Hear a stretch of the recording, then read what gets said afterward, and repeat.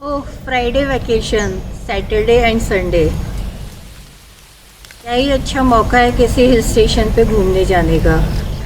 पहाड़ों, नदियों, झरनों, इन सब के बीच ऐसा सोचते ही आपके और आपके परिवार के मन में प्रसन्नता का भाव आ जाता है। ऐसा लगता है जैसे हम किसी अपने से मिलने जा रहे हैं, किसी बहुत अपने नज़दीकी रिश्तेदार से या एक बहुत ही अजीज़ दोस्त से, किसी अपने से मिलने जा रहे हैं। प्रकृति भी तो आपकी अपनी ही है। जैसे आप इस इकोसिस्टम का एक पार्ट हो, उसी तरीके से ये सब नदियाँ, पहाड़, आकाश इस पूरे इकोसिस्टम का एक पार्ट है। जिन 5 तत्वों से हम बने हैं, वही 5 तत्व जब हम प्रकृति के बीच होते हैं, वही 5 तत्व हमें वहाँ मिलते हैं। नदियाँ, झरने, ये सब जल तत्व हैं। खुला आकाश, नीला आकाश जिसे देखते ही मन खुश हो जाता है। आकाश तत्व है ये, स्पेस, ईथर। ये जो पहाड़ हैं, चट्टाने हैं, दे आर अग्नि तत्व। और वायु, शुद्ध वायु का आनंद लेते हैं। तो जो 5 तत्व हमारे शरीर में है, वही हमें प्रकृति में मिलते हैं, लेकिन बहुत शुद्ध रूप में। जब हम प्रकृति के बीच होते हैं तो उन तत्वों की जो प्योरिटी होती है, उससे हम हमारे जो अंदर के 5 तत्व हैं, उनकी शुद्धि हो जाती है। लेकिन हम इस बात के लिए अवेयर नहीं हैं, माइंडफुल नहीं हैं। अगर आप अवेयर नहीं हैं तब भी शुद्धि होगी 10% या 20%। लेकिन अगर आप माइंडफुल होंगे, माइंडफुल होके वो एनर्जी एब्जॉर्ब करेंगे, तो आपके पूरे तत्वों की शुद्धि हो जाएगी और आपकी बॉडी हील हो जाएगी।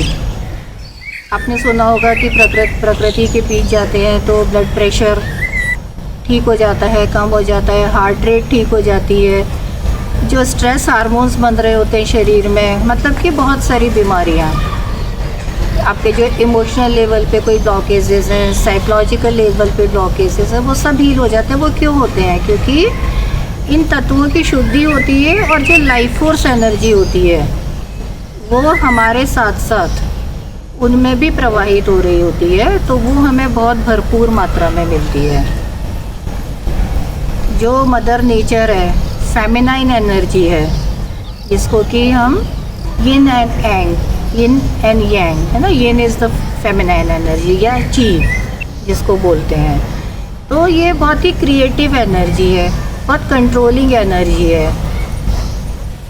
ये जो पूरा यूनिवर्स है, अगर हम अपने हिंदू मैथोलॉजी के हिसाब से देखें तो शिव है, और उसमें जब स्पंदन हुआ तो शक्ति का स्पंदन हुआ और ये मदर नेचर पूरी क्रिएट हुई। ग्रीक मैथोलॉजी में देखेंगे तो वो बोलते हैं कि गॉडेस जो गाया है, एंड गॉड ऑफ, जो ये फीमेल गॉड हो गए, जो गॉड ऑफ मेल गॉड है, that is Uranus, God of sky. तो उनसे मिलकर पृथ्वी बनी है। तो आप किसी भी कल्चर में देखेंगे प्रकृति का बहुत ज़्यादा महत्व है। जब हम बोलते हैं कि हमारे पूर्वज या हमारे शास्त्रों में लिखा है कि 33 करोड़ देवी देवताओं को पूजते हैं हम लोग, क्योंकि उनको पता है कि हर चीज़ में लाइफ फोर्स एनर्जी है। एक घास के छोटे से पत्ते में लाइफ फोर्स एनर्जी है, चट्टान में लाइफ फोर्स एनर्जी है। तो इसलिए हम हर चीज़ को भगवान मानते हैं और उसको पूजते हैं। आज भी हम मदर नेचर के प्रति कृतज्ञता के भाव से भरे हुए हैं। पृथ्वी दिवस, जल दिवस आज भी हम सेलिब्रेट करते हैं। तो ये एक उनके प्रति कृतज्ञता ही है। फ़र्क सिर्फ जनरेशन का है। जैसे कि अब आज मदर्स डे करके माताओं के लिए एक दिवस निर्धारित कर दिया, पिताओं के लिए फादर्स डे करके, प्यार के लिए वैलेंटाइंस डे करके। तो इस तरीके से अब जल दिवस और पृथ्वी दिवस निर्धारित कर दिया, लेकिन हमारे अंदर कृतज्ञता का भाव नेचर के प्रति उतना ही, और क्यों ना हो। हमारी सारी ज़रूरतों को नेचर ही पूरा करती है। खाने का सामान भले ही लगता हो कि हम किसी सुपर मॉल से या मार्केट से लेकर आ रहे हैं, लेकिन गेहूँ, चावल, दालें, फ्रूट्स, वेजिटेबल्स, जो भी खाने का सामान है, मेडिसिन्स बीमारी में, सब कुछ प्लांट से बनती है। आपके घर में जो घर बनाने का सामान है, ईंटें हैं, मिट्टी से बनती हैं, लकड़ी का जो वर्क होता है, सब हमें प्लांट से मिलता है। तो जो भी हमारी बेसिक ज़रूरतें हैं वो नेचर पूरा करती है, तो हमें कृतज्ञता का भाव तो होना ही चाहिए।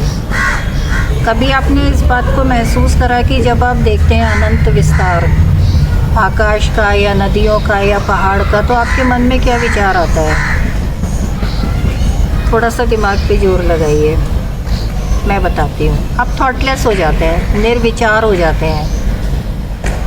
वैसे ही निर्विचार हो जाते हैं जैसे प्रेम में हो जाते हैं। ये बात अलग है कि थोड़ी देर के बाद फिर हमारे अंदर विचार चालू हो जाते हैं, अरे कितना सुंदर पहाड़ है, पानी कितना नीला है नदी का, लेकिन थोड़ी देर के लिए हम निर्विचार हो जाते हैं जैसे प्रेम में हो जाते हैं। हमारी जो कान है वो कल कल करके नदियों की, झरनों की आवाज़ें सुनती हैं या बर्ड्स की चर्पिंग सुनती हैं। हमारी जो नाक है वो फूलों की स्मेल लेती हैं, जंगलों में चीड़ की स्मेल आती है।